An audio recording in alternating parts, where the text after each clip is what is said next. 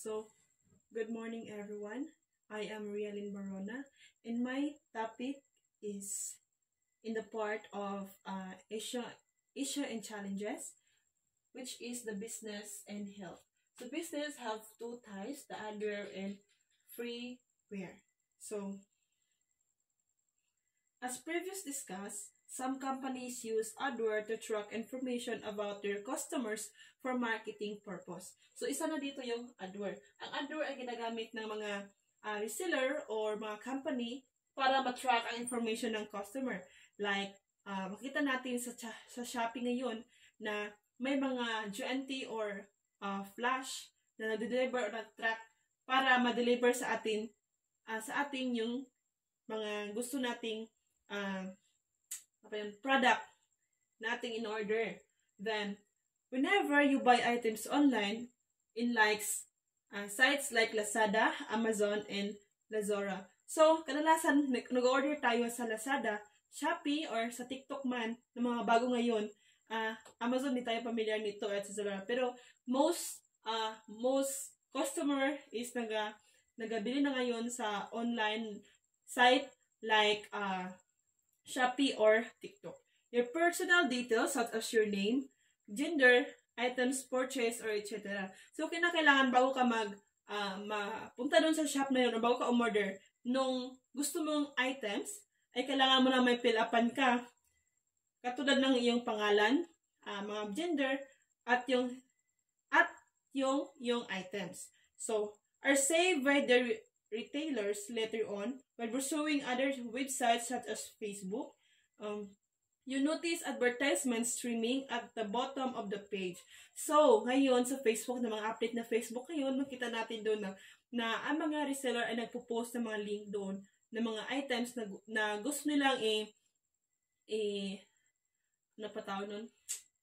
i-advertise para maengganyo yung isang customer. At doon sa link na yun, pwede mong i-click pa direct na sa Shopee or TikTok. Makikita mo yun makita mo yun kadalasan sa Facebook. So, the advertisement include from the items from Lazada. Yung sinasabi ko kanina na yung mga link na pinapost na mga reseller doon, yung mga link na mga items na sa Shopee, Lazada, or sa TikTok. How did Facebook know what you were looking at in those sites? So, mapipili mo doon sa items na yun na nilagay na ang link na may Facebook, may Shopee. So, malalaman nila doon kung saan mo ba talaga kailangan o saan mo ba makikita yung mga item na yun. Sa Lazada ba, sa Shopee, sa Amazon, ganun. So, adware is a program designed to display advertisements on your computer.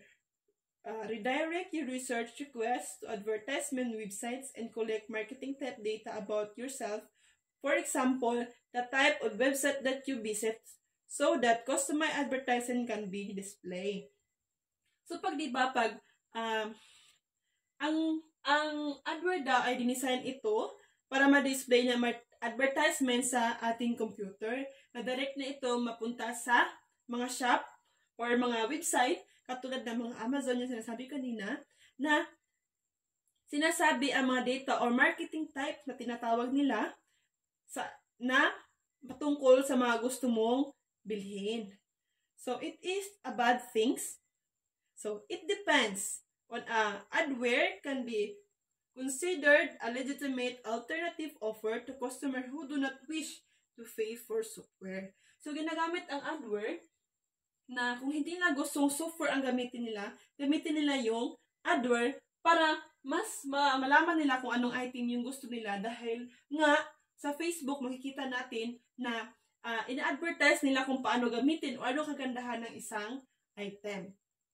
So, there are many ad support programs, games, or utilities that are distributed as adware, which is often called as freeware. So, ang freeware naman ay nandoon din ito makikita sa Facebook na kung saan nag-advertise din sila ng kanilang mga items, pero may mga games or may mga sumusulpot na another video na nagdi-distract sa pagsusubaybay natin sa kanilang items. May mga lumalabas no na supported games or ad support or everything na lumalabas lang pag hindi natin maganda yung mga items na yun at may pumasok agad na advertisement na yun. Diba kung minsan makikita natin na ay ano ba yan, nakaka-distract yung advertisement. Kaya nga kadalasang ginagamit ng mga customers itong AdWord dahil nga direkta itong napupunta sa kanilang shop kahit na-advertise nila walang ads na lumalabas. And next is the health. Health patients recording are always kept confidential. The introduction of technology in with hospital and clinics leaning towards automations. Patient record have shift from papers to digital. So sa health ngayon, or makikita natin sa mga hospital ngayon na ang ginagawa ng mga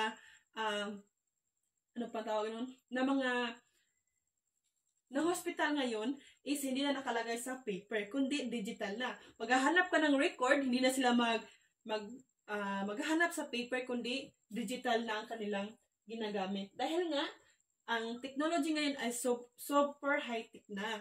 So, isang search mo lang ng pangalan mo, makikita mo na ang name mo agad. O, halimbawa, kukuha ka ng medical certificate dahil ikaw ay na-confine.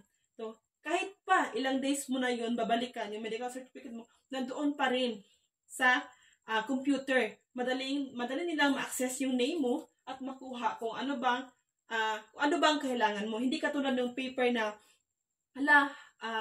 hanapin mo pa talaga, matagalan kang maghanap. Hindi katulad ng sa computer na pamadalian. So, according to International Association of Privacy Personnel, a medical record is more available than a credit of the black market.